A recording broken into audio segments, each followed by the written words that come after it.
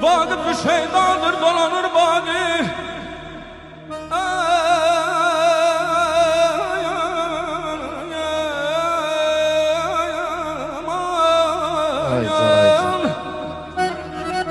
Festedir dermanı dilber dodur.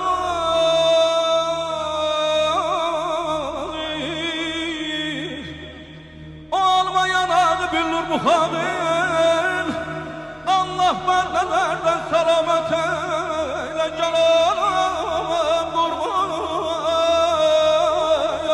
Cananım kurban.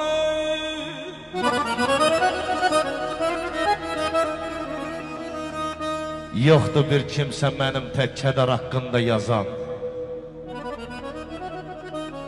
Tək mənəm qəm kədərim bəs qədər haqqında yazan. Həqqi ifşa ilə qoyma yerə əldən qələmi.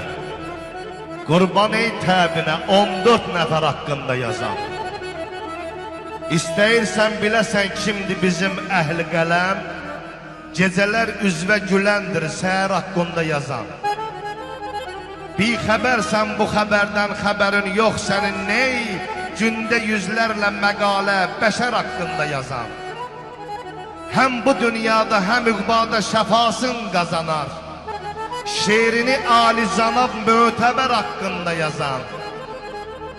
İşdigər görsə əgər göz yaşımın dəryasın, yazar ondan daha yazmaz Xəzər haqqında yazan. Oxudum şeirini, şairlərin axır bildim.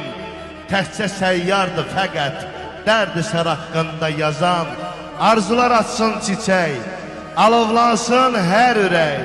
Gəlin mənim adımdan bir gürültülü alqışlarla deyək, ad günün mübarəkdir, mübarəkdir. Nə gözəl eho var burada, mübarək. Təşəkkür ederim.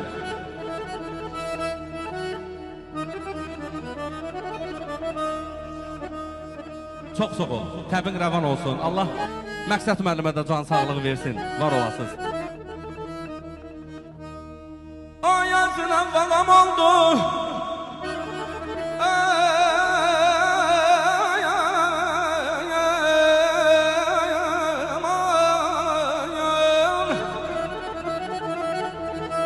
Görmədim ey babam oldu.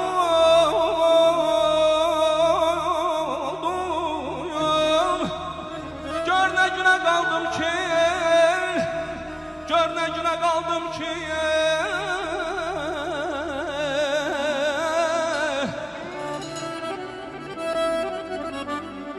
gör nə günə qaldım ki, nökərim ağam oldu yaman. Əzinə bir dəmən, doldur için bir dəmən. Ömür keçdi, gün keçdi, zaman olmam bir dəmən. Yar, yar, yar, yar. Aman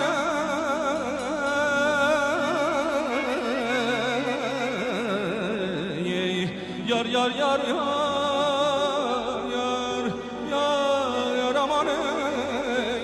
aman aman, aman, yarım aman.